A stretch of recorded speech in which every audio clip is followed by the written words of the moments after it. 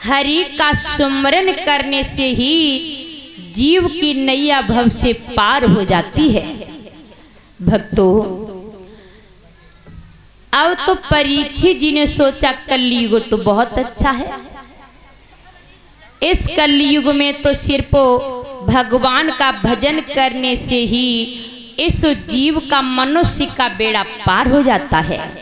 एक बार सभी भक्त गाएंगे ताली बजाते हुए।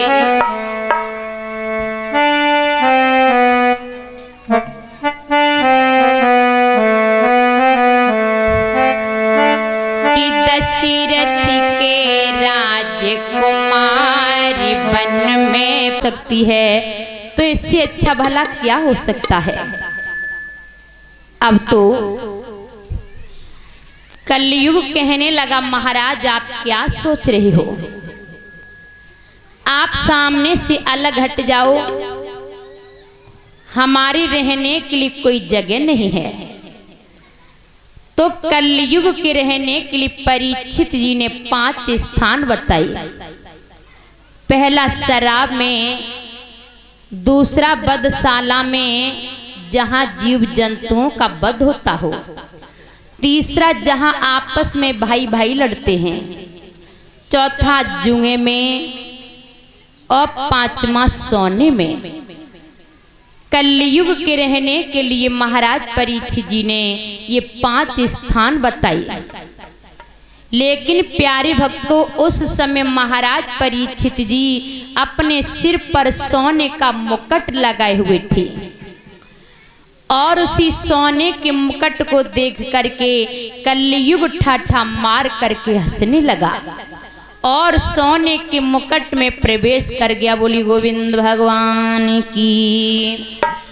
अब तो महाराज परीक्षित जी की मति बदल गई। जिसके सिर पर कलयुग बैठ गया हो भक्तों, उसकी मति कहाँ ठिकाने रह सकती है।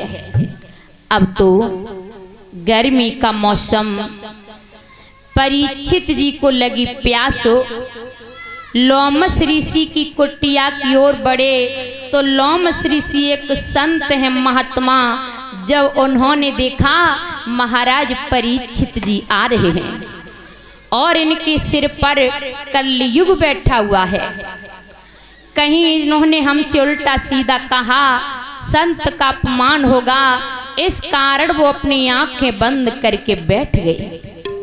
परीक्षित जी आए, अरे मुझे पानी पिलाओ, मुझे प्यास लग रही है। पर लोमस ऋषि ने आंखों को नहीं खुला। परीक्षित जी को क्रोध भी आ गया, अरे मैं आखिर एक राजा हूं और राजा होकर बार बार जल मांग रहे हैं और ये प्यासी को जल नहीं पिला रहे हैं। घोड़े से नीचे उतर करके आए, वहीं पर एक मरा हुआ सर्प पड़ा था। महाराज परीक्षित जी ने बाण के नोक से मरे हुए सर्प को उठाया और लोमस ऋषि के गर्दन में वही सर्प लपेट दिया और अपने राज्य में वापस लौट आए। परीक्षित जी का एक पुत्र है जिसका नाम जन्मेजय है और लोमस ऋषि का एक पुत्र है, उसका नाम श्रृंगी ऋषि है। श्रृंगी ऋषि ने देखा हमारे पिताजी के गर्दन में ये मरा हुआ सर्प किसने डाला। श्राप दे दिया, जिस किसी ने भी पिताजी के गर्दन में मरा हुआ सर्प डाला हो, यही सर्प 7वें दिन जीवित होकर के उसी को डसे जिसने मेरे पिताजी के गर्दन में ये मरा हुआ सर्प डाला हो। प्यारे भक्तों, अब तो लोमस ऋषि ने आंखों को खोला और श्रृंगी ऋषि ने कहा, पिताजी आपके गर्दन में ये मरा हुआ सर्प किसने डाला। अब तो भैया लोमस ऋषि ने कहा, बेटा वो महाराज परीक्षित जी थे। तो श्रृंगी ऋषि ने कहा कि पिताजी चाहे वो राजा हो चाहे तो महाराजा, हमने उनको श्राप दे दिया कि यही सर्प 7वें दिन जीवित हो करके उन्हें डसने के लिए जाएगा, क्योंकि पिताजी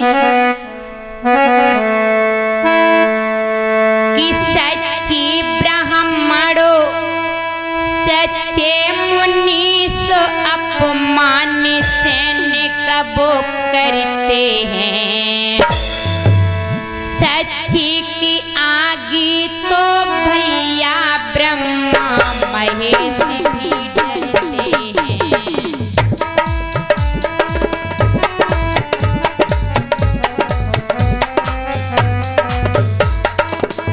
सच